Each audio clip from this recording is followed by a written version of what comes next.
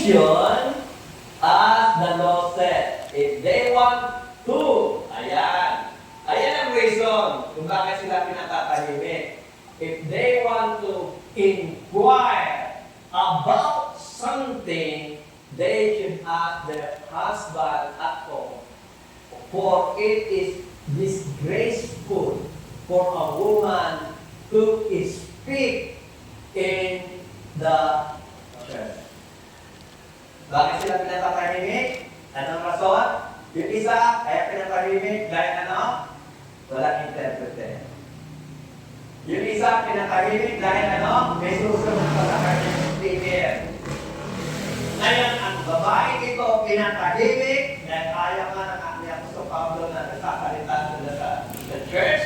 Dapat sila tumahimik sa church. Bakit? Dahil sila ano? Hindi sila mangangaral. Paano mo magtuturo? Paano siya mangangaral kung wala siyang alam? Ayan, nalagay niya wala naman siyang alam eh. If they want to inquire, inquirer siya. Di ba? Wala siyang alam. Pero nagtatanong siya. Tama natin yun? Yung pagtatanong, yung hindi nagbabawal sa kanya. Kasi nakakahiya doon sa kanyang asawa. Sabi ko, hindi ka na lang.Ulutan mo ka. Di ba? Hindi naman sa, hindi ka na lang. Kung meron pa mangaral ka. Hindi naman sa namin meron eh. Hindi ka, may tanong ka. Asawa ko magtanong. Subukan niya na may babae, kasama mo na asawa mo sa church tapos ikaw na makahimik ka, tanong na tanong. Makakaya, diba? Kaya hindi yung asawa mo, makakaya. Dapat mag-isubordinate ka sa asawa mo. At pansinin natin, yung pinabasa natin na lahat ng binabasa natin tungkol sa babae na submit to your husband, puro yung relationship between husband and wife.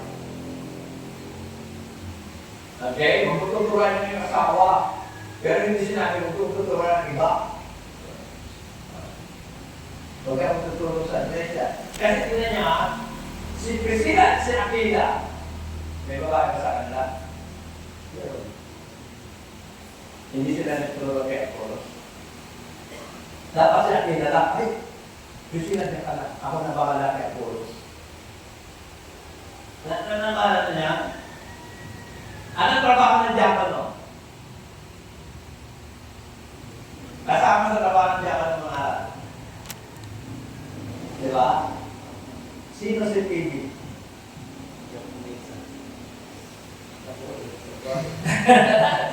Diakonesa. Ano sa pala yung ginagawa ni Phoebe?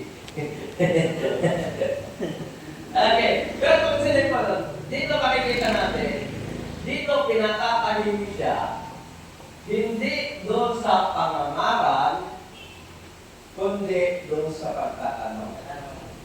Pagtatanong. Okay? O, siya sabi niya, tumahimik ka sa iglesia. Pero tatlo yung pinatatahimik sa iglesia. Sino-sino ang pinatatahimik sa iglesia? Nagsasalita ng wika kung wala ka no? Nagkakaliwanag. Nanguhula dahil may yung nanguhula dahil may magpapakayal pang iba, pinatatahimik din. Yung babae, bakit siya pinatatahimik? Doon sa kanya, pagtatanong. Hindi siya pinagyan tulog magsalita, hindi siya pinagtulog magtanong. Kung may tatanong siya sa bahay, siya magtanong sa kanyang asawa. Kailangan siya pasakop sa kanyang asawa, hindi siya pinagtulutan magsalita sa iglesia. Tama natin yun? Hindi pwedeng pagawalan siya na mangaral, tapos haayaan natin siyang kumanta. Tama natin yan? Colossus, Colossus chapter 3 ba yun? Ano sabi doon? Pakibasa nga Colossus chapter 3. Di ba kanina, lahat ng babae kakantahin? Pag kumakanta ba, anong ginagawa natin pag kumakanta tayo? Tulad sa chapter 15 ba yun? 19. Sabi, itong 3:16. Ano sabi? Manahanan nawang sagana sa inyo ang salita ni Kristo ayon sa buong karunungan. Oo. Kayo'y mga turuan Nagturuan, at magpaalalahanan magpaalalahanan sa isa't isa sa isa't isa sa pamamagitan ng sa pamamagitan ng salmo salmo at mga himno at sa mga himno at mga awit at mga awit. sa Espiritu. Nagpo sa Espiritu. So, pag umawit, nagtuturuan at nagpapaalalahanan. Kung pinagtatahimik mga babae para huwag magturo, di sana hindi na rin natin pakakantahin. Kasi once na binakang bibig ng babae yung kanyang bibig at nagsalita ng himno, at sinabi nagsalita ng himno, nagsalita ng melody, nagsalita ng awit, di ba? Nangangarap siya hindi. Sabi niya naman, nangangaral. Nangangaral. Nakakalap din yun? So, babae na nangangaral. Pwede mangaral sa pamagitan ng ano? Pagkakawin. Diba? So, pag kumawis si... Kinalang ni Jake. Pag kumawis siya, nakakaralan niya ako. Kasi iniisip ko yung wordings na binibigkas niya. So, siya ang nagbigkas, nakakaralan niya ako. Saka natin yun? At sabi doon, maawit tapos matatahimikin. So may dahilan yung pagkapatahimik. Hindi dahil sa ano? Hindi dahil sa pangalan. Okay. Or did the word of God originate with you? Or are you the only people it has reached? If anyone think they are a prophet or otherwise gifted by the Spirit, let them acknowledge that what I am writing to you is the Lord's command. Okay, but if anyone ignores this, they will themselves be ignored.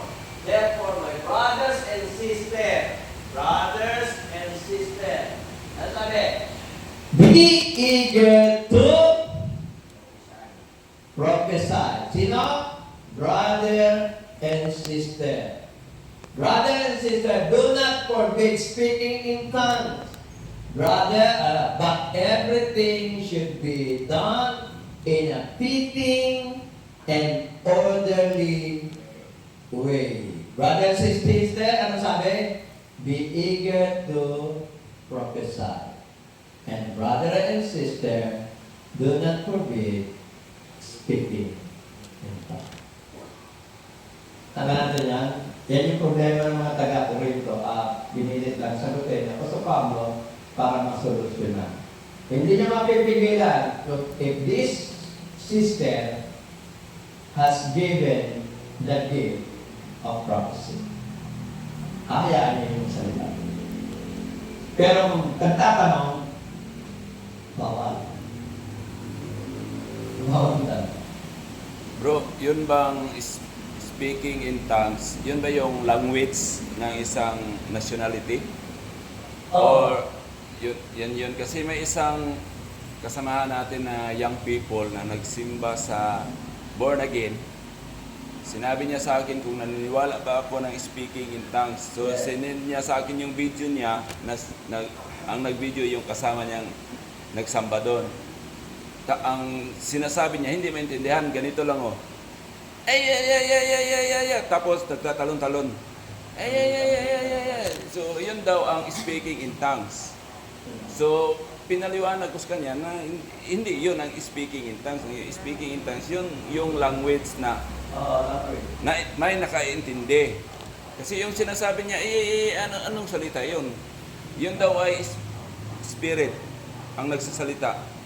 Pero kung pakinggan mo ng maigi, parang isang word lang na hanggang kalahating oras, yun lang yung binibigkas. Hindi yun. Ang speaking tongue, ano yung foreign language? Kaya binibig kanina magiging foreign yan ka sa kanya kasi hindi mo naintindihan.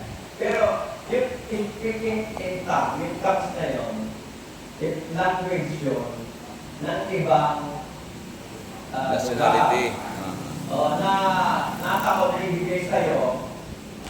No? Eh, hindi naman lahat ng mga atin sa church, puro French. May Japanese, yung mga invitado Japanese, nagsasalita ka ng French ngayon. So, nag-interpret.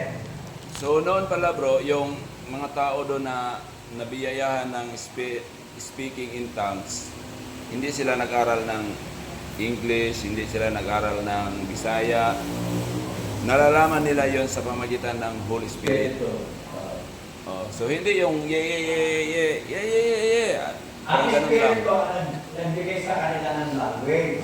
Kung isa na hindi nila naintindihan pero binigay sa kanila. Pero ang intention yung mga nakikinig. Kaso kung nakikinig naman ay bisita, yung kung nagsalita ka ng French, makakaintindihan yung French. Paano yung bisita ng Japan?